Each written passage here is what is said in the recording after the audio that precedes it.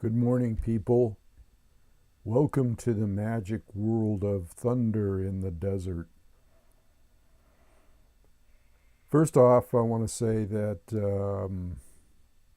it's cold here this morning and I love it. There's a transformation that goes on in the desert when you go from summer to winter. The summer was pretty brutal, but the winter is brutal too.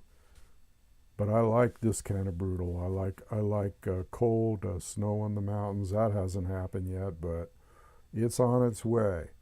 And I get to wear my Peruvian sweater, which I love. The lighting in this video is a little weird. It's a little dark because it's early in the morning, and it's winter now, kinda, sorta. And this lighting might be appropriate for what I'm going to talk about today, which is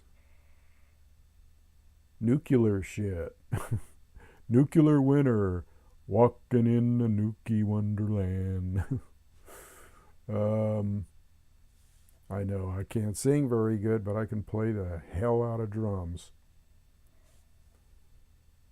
You know, I was thinking today about, or the last couple of days I've been thinking, because we're so close to things going awry on the level of somebody pushing a button that is going to start a nuclear war. Okay, I was thinking about nuclear war. I was thinking about nuclear winter.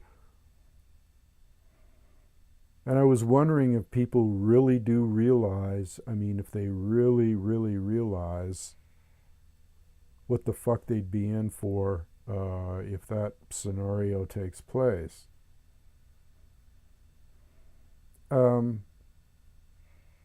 People talk about, limited nuclear warfare. You see, if you research nuclear winter, you find out that there's degrees. Okay, the scientists have pontificated on degrees of nuclear winter, and there's like a minimum nuclear winter, moderate nuclear winter, in between moderate and severe. There's all kinds of levels of nuclear winter. Okay, and the most minimum level of nuclear winter would be a hardship. Okay, but let's say and that's if there was ever a exchange, a nuclear exchange, it would probably not fall into that category of minimum. It would more like be in the category of moderate to maximum. If it's maximum, you won't live too long. And people think, if there's a nuclear exchange, that's just going to be it. It's going to be over with, and I got nothing to worry about. Wrong. Let's look at this a minute because it's sobering. I don't want to scare anybody, but maybe, since it's coming up on Halloween, maybe that's appropriate. Or maybe it's appropriate because of the reason that there's foolish freaking people pushing that agenda for mankind and the planet. So let's look at what would happen in a nuclear exchange. Let's look at what would happen. I'm trying to get used to these glasses here. They actually brighten things up, these particular glasses. It doesn't look like it, but they have an amber quality where I can see in the darkness better. Let's look at a nuclear winter scenario for a minute here. Now, a moderate, what happens is, if there's a nuclear exchange, the people in the area of the strike, okay, they don't have to worry. They don't have to worry about suffering because They won't even have a chance to look at their loved one and say, I love you, or I'm sorry, or I'll miss you. They won't even be able to go, oh, before they are vaporized, before they become like a mist that will just blow away in the nuclear storm. So they won't have to suffer. People at ground zero, not a problem. They'll leave their bodies immediately.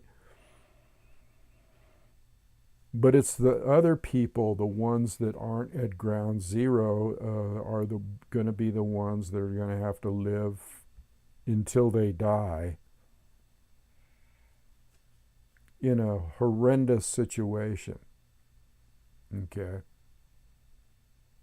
And that horrendous situation is the nukes that hit ground zero, and there will be several.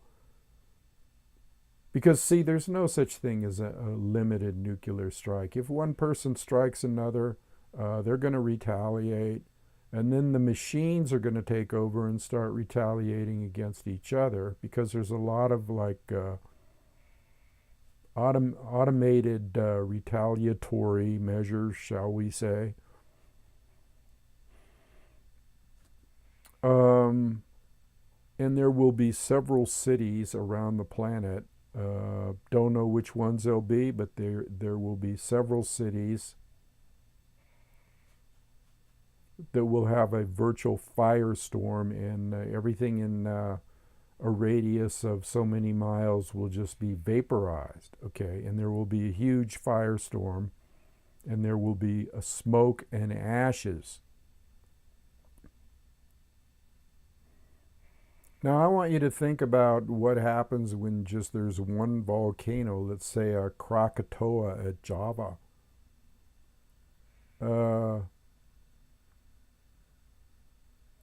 When that happened, when Krakatoa went off decades and decades ago, it changed the whole complexion of the planet. It changed the whole weather. Even Mount St. Helens, when it went off, changed the weather. Okay, anytime a volcano goes off, it changes the weather. Matter of fact, a volcano is similar to a nuclear blast in that it has that same explosive power.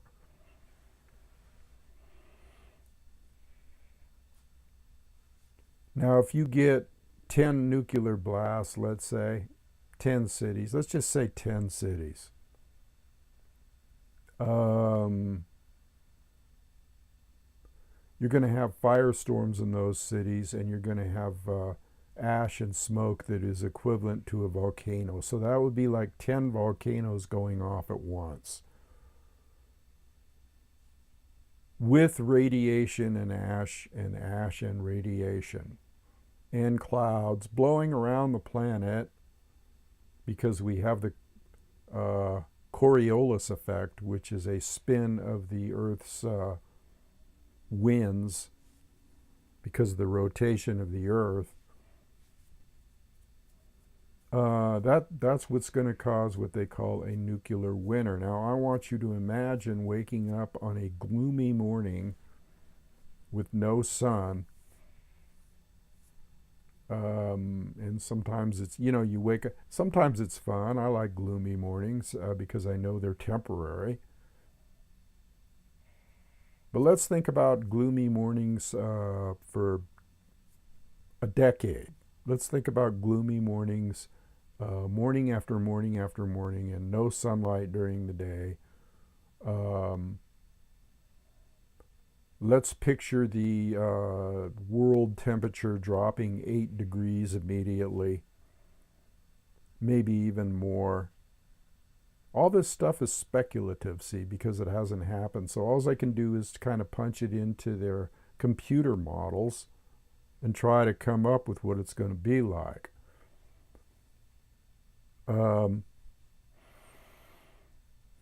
So here we are, and we have a nuclear winter. We've had exchanges, and we're the survivors. And there will be a lot of survivors. Not everybody dies when you have a nuclear standoff.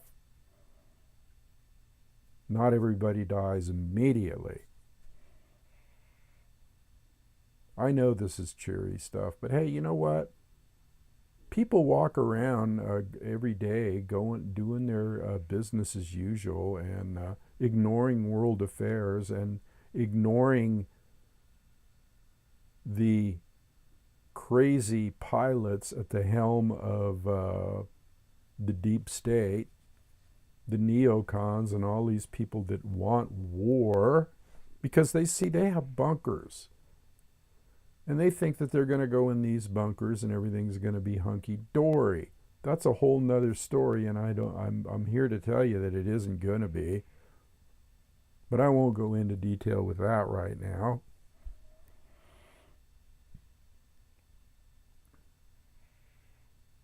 So here's these survivors trying to live day to day, and guess what? No sun, crops start dying. Crops start dying, okay? And there's a lack of food. And not to mention that during this whole situation, there would be no more financial system, okay? That would go down immediately. Can you just see can you just see the news on Wall Street? Nuclear blast sends stocks into they wouldn't even be worrying about stocks anymore. They wouldn't even be worrying about anything because everything, they would be worrying about whether they have time to kiss their ass goodbye. And there would be no food on the shelves, okay? And there would be no trucking and no trains and none of that shit. So there would be absolutely no food on the shelves. The system would crash. So if the system crashes because of a nuclear thing, that's just a component of the suffering that mankind's going to have to go through. So millions will die. Millions and millions of people will die. There'll be bodies all over the place. There'll be people looting and pillaging and robbing and searching out anything that they can get. A good example, have you ever seen that movie, The Book of Eli? Take a gander at that sometime. With Denzel Washington. That's not too far away from what would happen. I know it's a Hollywood version and all that shit, but hey. So there would be no food, no commodities, and no production. Everybody would be in a state of sheer panic. That's not a good feeling. And they would also know on some level that they're not going to be here very long. Whoever is strong enough to survive, let's say we got a bunch of guys like in Mad Max riding around on motorcycles and shit, scavenging, or else just trying to get to the hills and get away from people, the good guys, and shore themselves up into some type of community with weapons and food.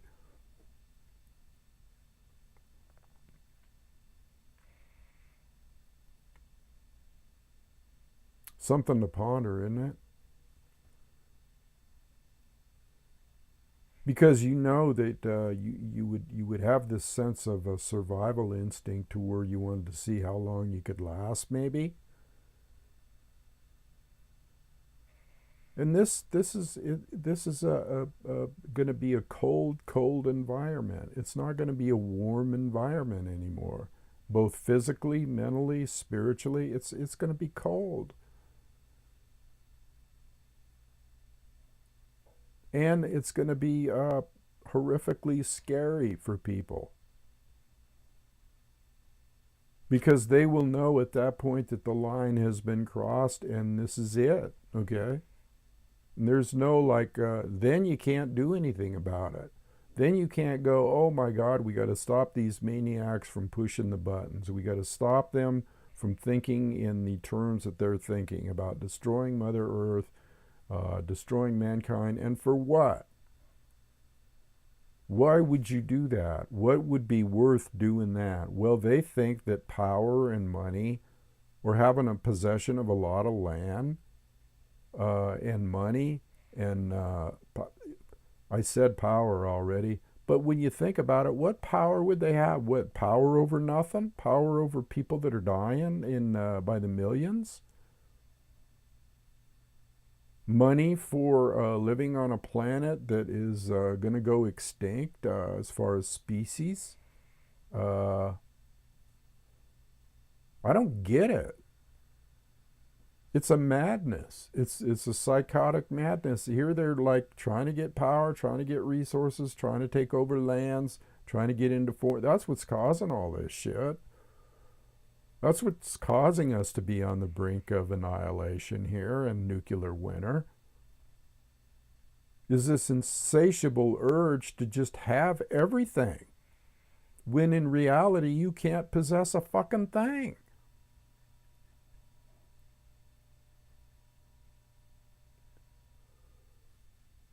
So here we are, a bunch of people on a planet with our thumbs up our ass, wondering, letting other people control us, letting other people steer the helm of a ship that's going going to get down and get sucked down into a circular hole.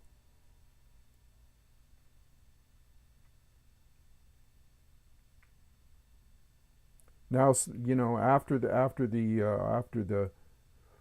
firestorms, and after the ash, and after the darkness, and after the food crops dying, and people just trying to gather enough food and maybe game. But see, the game's going to be affected. Everything's going to be affected, people. It's going to be your worst fucking nightmare. You got to think about this kind of thing.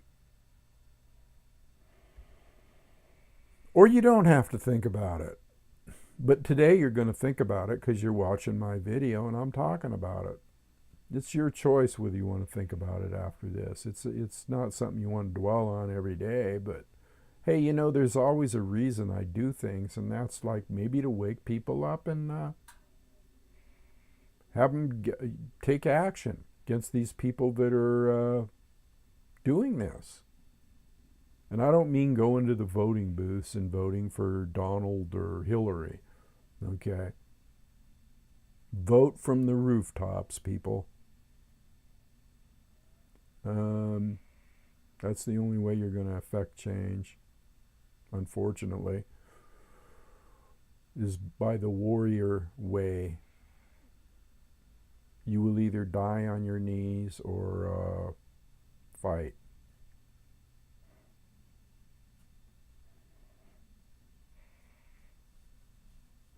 See, the worst part is when people start getting sick, okay? As they're trying to survive, they're getting sick, and people are dying off, and their loved ones are dying off in a slow, painful manner. That's not going to be fun, is it? And see, when this nuclear winter comes, I left out this part, okay? The nuclear winter lasts for a certain amount of time, and it's cold, and there's radiation raining down, and the food and animals are dying, and you're trying to survive, and there's no way, unless you're just the supreme survivalist, that you'll last long enough to see what comes next. But if you do last long enough, as the nuclear winter dissipates, as the clouds start going away, guess what? The ozone layer has been stripped because of the radiation effect in the Van Allen radiation belts around the Earth and the magnetosphere.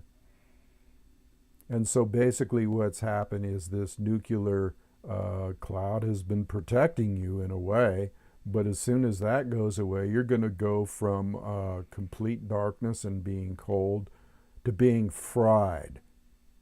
Okay?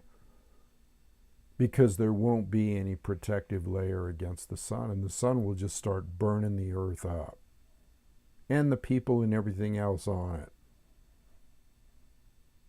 See, they don't tell you what comes after the nuclear winter is the nuclear summer. And the nuclear summer is, so you're going to go from extreme cold and extreme survival and chattering every morning to the worst type of hell on earth that there is. I want you to think about this shit, people, because this is what is going to happen if things do not change course. We are at a situation now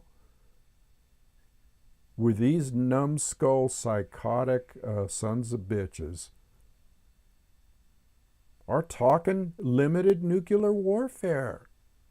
It's only going to take one nuke going off, people, to start this.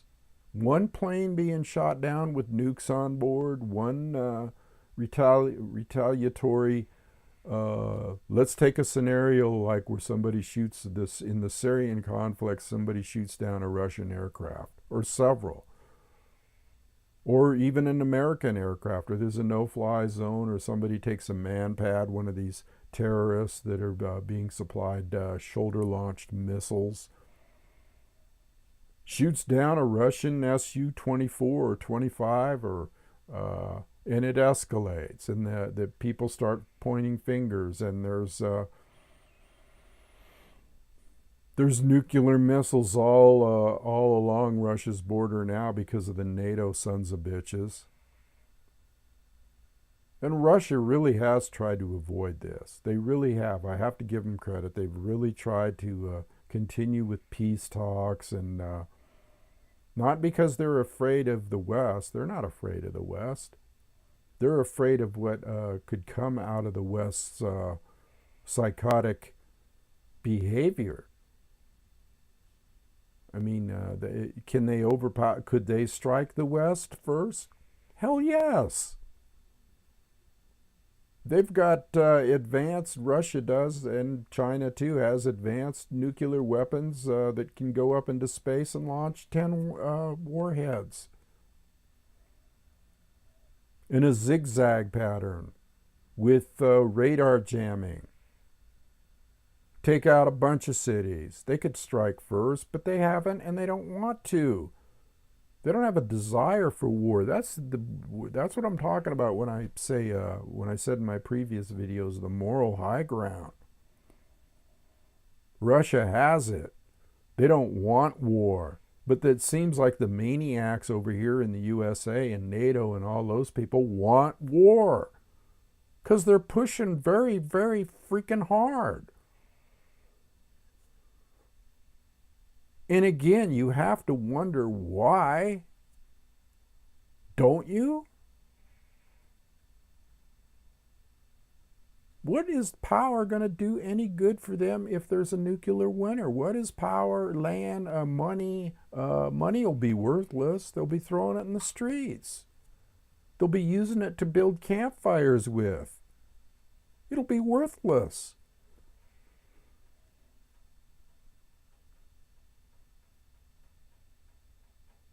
So what is with these people? Bingo, wake up, listen, smell the coffee, whatever.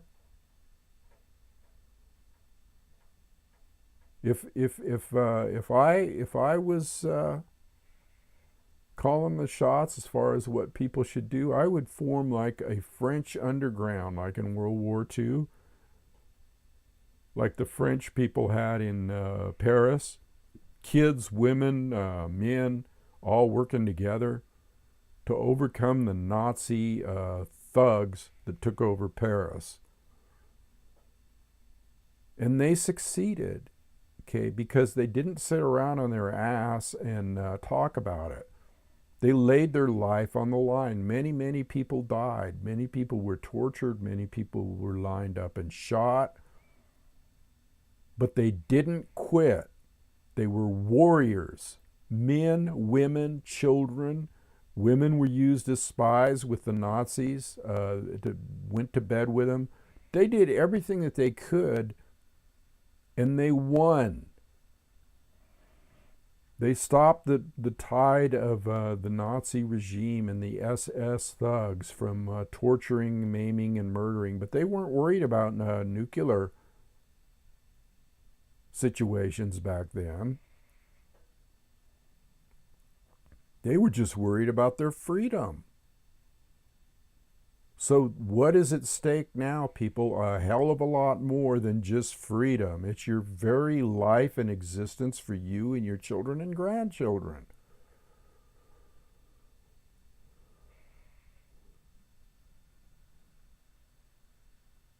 So you should know about this nuclear winter wonderland that is heading our way.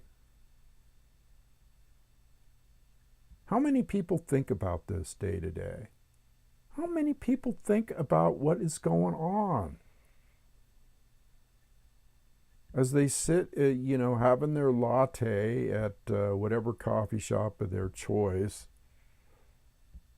or doing their little errands for the day, or can't wait to watch the Super Bowl or the playoffs, or whatever the fuck they're doing.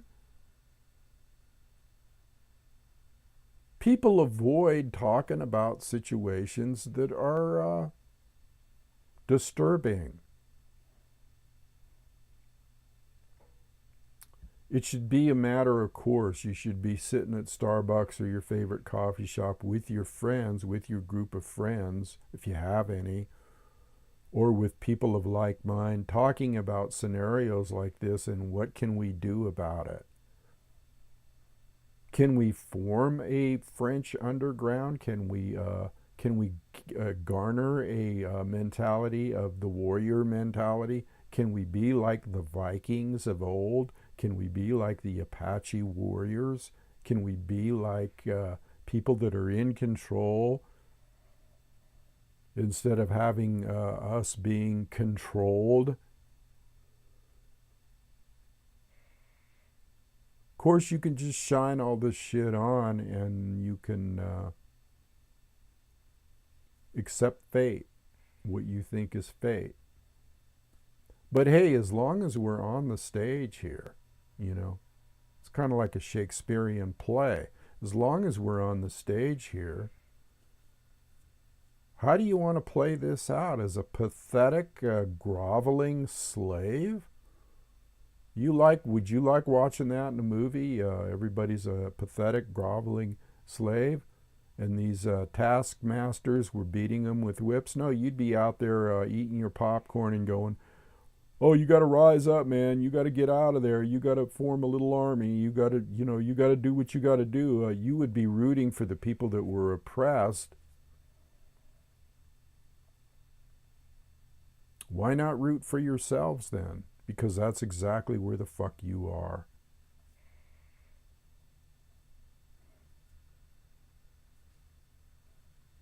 That's where you are. That's where everybody on this planet is right now, under subjugation from people that they've placed into authority.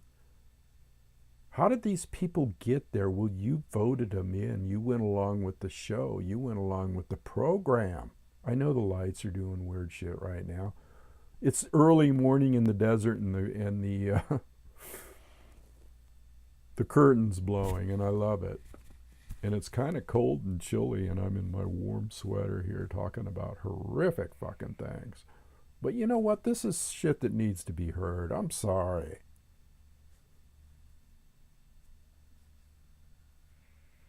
I really am sorry that Spirit is moving me this morning to talk about this kind of thing.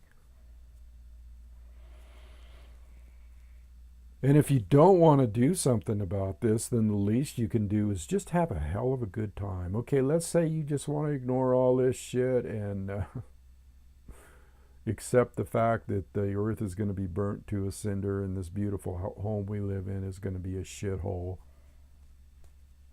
Well, then my advice to you is have as much fun as you can right now. Do everything that you ever fucking wanted to do. Don't cringe around and crawl around like a slime on your belly thinking that this is your punishment or, man, I'm thinking about, I've been looking into getting another Harley. I should say a Harley because my other bikes weren't Harleys, but I've been looking into getting a Harley and just taking off into the wind in the vicinity here. Hell, I'm going to have fun. Uh, there's an outlaw side to me. You know, I am the shaman and I am the holy man and I am the warrior and I am the Taoist and I am all those things, but I'm also an outlaw. Kind of like the type on the bikes, you know, not these phony guys that go out on the weekends and make their little runs to the local bar. No, I grew up in an era that in the 60s where if you had a bike, you were real. You most likely were an outlaw, okay? That's what the outlaw bikers, you know. No, but I like that concept. But see, I never, I would never ride with a club. I would be a loner. I'm a Ronin. I'm a masterless samurai. I just slip on my Levi jacket with the yin yang sign on the back and jump on my bike and be the fuck out of here. And I might just do that.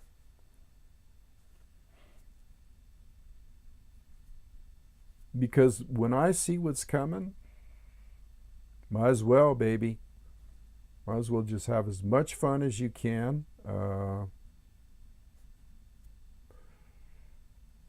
Maybe I'll just ride out into the wind and grab some little honey somewhere that has half a freaking brain and wants to ride with a wizard and stick her on the back and we'll have all kinds of fucking fun.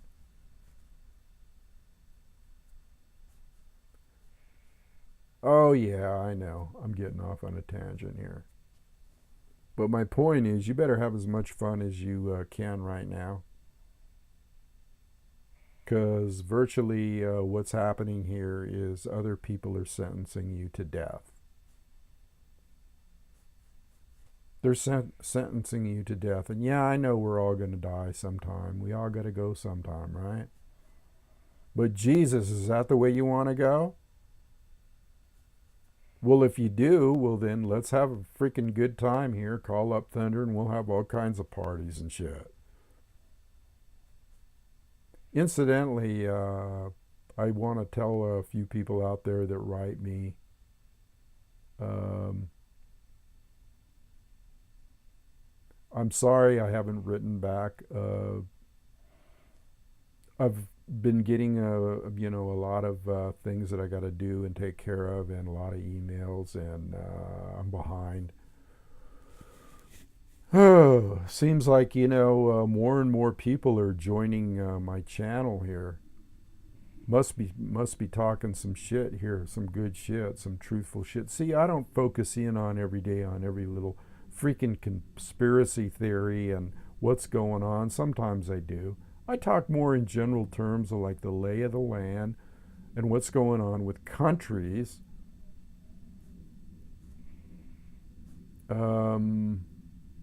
Oh, incidentally, though, that brings up another point. I heard that Julian Assange was going to make some big revelation, WikiLeaks revelation today about Hillary. We'll see if that plays out.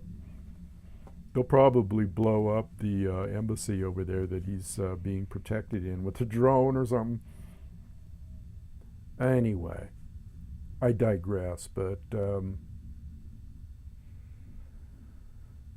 I just thought that this is something, I'll try to do, my next video, I'll try to do something a little bit more cheery, but hey, it's the yin and yang of life. It's the dark and light, right? all these people out there think they're going to be saved. You know, I think a reason a lot of people are complacent is because they have this Jesus thing. You know, this I won't even a Christian thing, whatever. That somehow God's going to step in. Well, you know what? I hope you're right. More power to you. I don't look at Yeshua or Jesus as the same way as other people, as like the Savior coming down on a white cloud with horses and legions of angels. But I get what he said. Okay, I get what he said, and I don't look at it in the same way as other people. I get what Buddha said too, and I also get what a lot of holy men say that nobody seems to be paying attention to. If you get yourself into a bad situation and you don't try to help yourself out of it, what is that saying that all the Christians have? Or God helps those who help themselves. Jesus, I guess you're in big fucking trouble then. Because you aren't helping yourself. You're hurting yourself by letting others control your life. We won't even talk about the planet and nature and your responsibility to that from an indigenous point of view.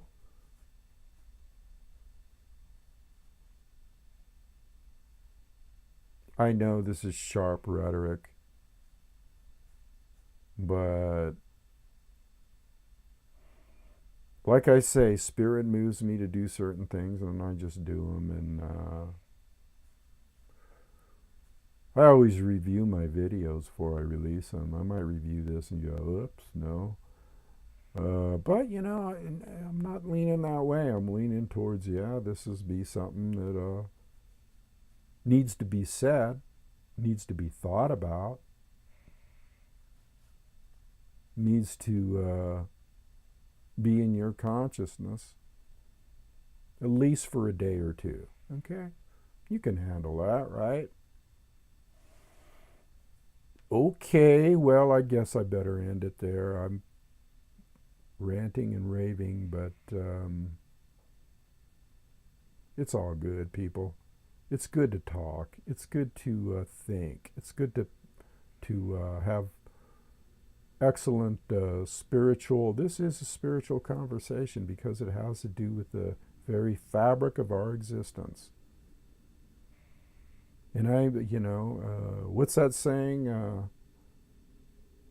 I'm not Willy Wonka. I don't try to sugarcoat shit. I don't. I'm blunt. Take it or leave it. Anyway, this is thunder on a beautiful autumn. I guess it's getting to be fall.